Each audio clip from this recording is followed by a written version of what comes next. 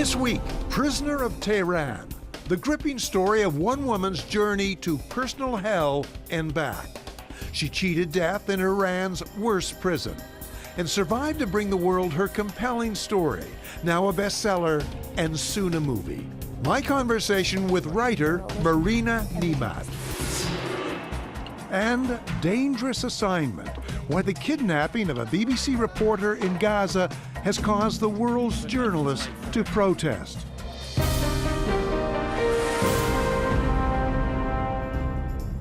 Hello, I'm Brian Stewart. Welcome to Our World.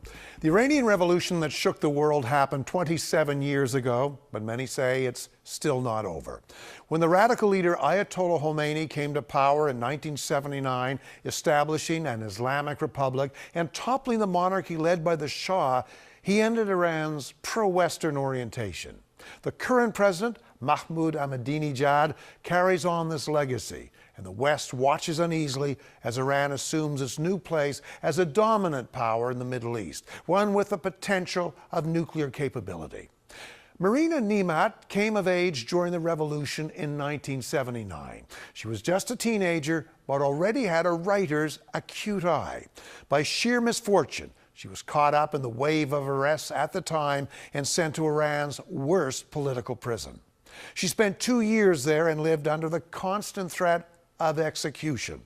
But Marina Nemat has an unusually strong spirit. She came to realize early on that she was, as she calls it, the perfect witness.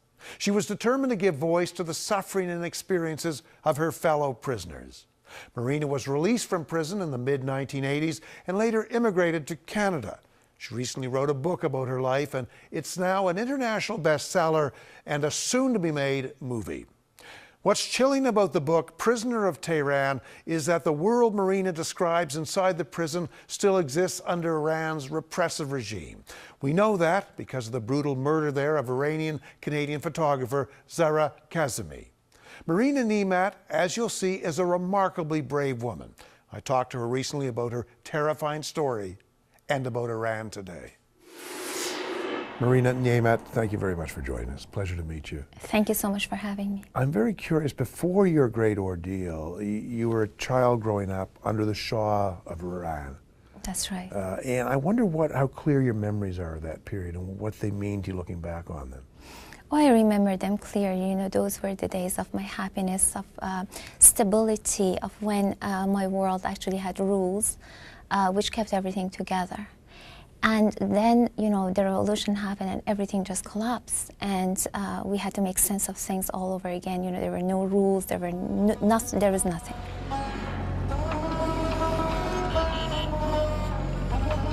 But during the time of the Shah, life was, for me, you know, at the age that I was, because I was 13 when the revolution happened. So before that, life was innocent and it was normal. As you entered your teens, did you feel something of an outsider? Because your grandparents had come from Russia, they fled from the Russian Revolution, and you were growing up a very devout Catholic at this stage. I mean, how much of the outsider did you have a feeling of being? You know what, not much. At the beginning, you know, I went to a Zoroastrian school, and we had Jewish girls, Baha'i girls, Zoroastrian girls, Muslim girls. So I was just one of the crowd, you know, just a little bit different from the majority. Marina was curious and intelligent and devoured books. Very much a typical teenager, she also had a sweetheart, a young Hungarian she met at her local church. Life was about to change, however. In 1979, Iran was on the brink of revolution. A popular movement had organized to topple the Shah's corrupt and autocratic regime. At the head of this movement was the Ayatollah Khomeini, a religious leader who sought to create an Islamic republic. Soon after the Ayatollah assumed power, the new regime began to eliminate any opposition. Thousands of people were arrested and many executed. Marina's school principal put her on the blacklist for being critical of the regime. Eventually, on a late winter night, Revolutionary Guards came knocking on her door. And then comes the part of the story that it's almost like a classic 20th century horror, Kafkaesque arrest under a dictatorship. At the age of 16, you're wrenched from your family, picked up by religious police, and driven off to one of the most notorious prisons. It's just hard to imagine how a 16-year-old takes that. Could you talk us through that? I was absolutely in shock. So I didn't feel anything. I didn't feel any fear. I didn't feel sad. I didn't feel happy. I was just simply numb. I felt nothing. And I think if I had been 30 years old, I would have been much more afraid, because then I understood. I would have understood what was going to happen next. But here, everything was blank. She, along with some of her friends, was taken to the notorious Evin prison in Tehran. When it begins, the torture, the abuse of yourself, you're tied down and they begin to lash your bare feet. And you describe it as a pain beyond anything you had experienced or you could even imagine before. How psychologically devastating is the element of the act of being tortured? When you go through something like that, it destroys everything you ever believed to be. It destroys all boundaries. You realize that you don't have any power at all. Like the sense of helplessness it creates in you and around you just entirely changes you.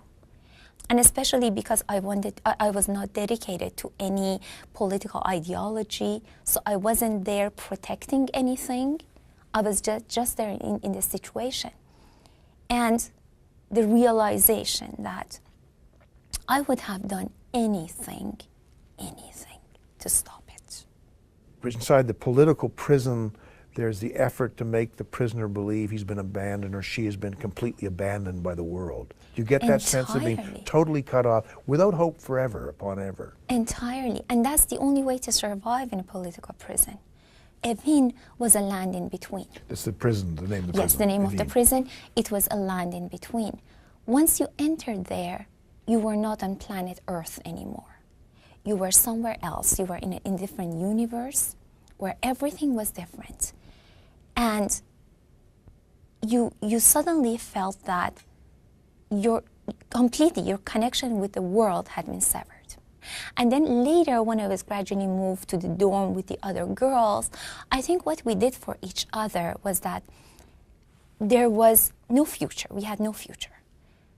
We only had the present and the past. The present was really difficult and painful.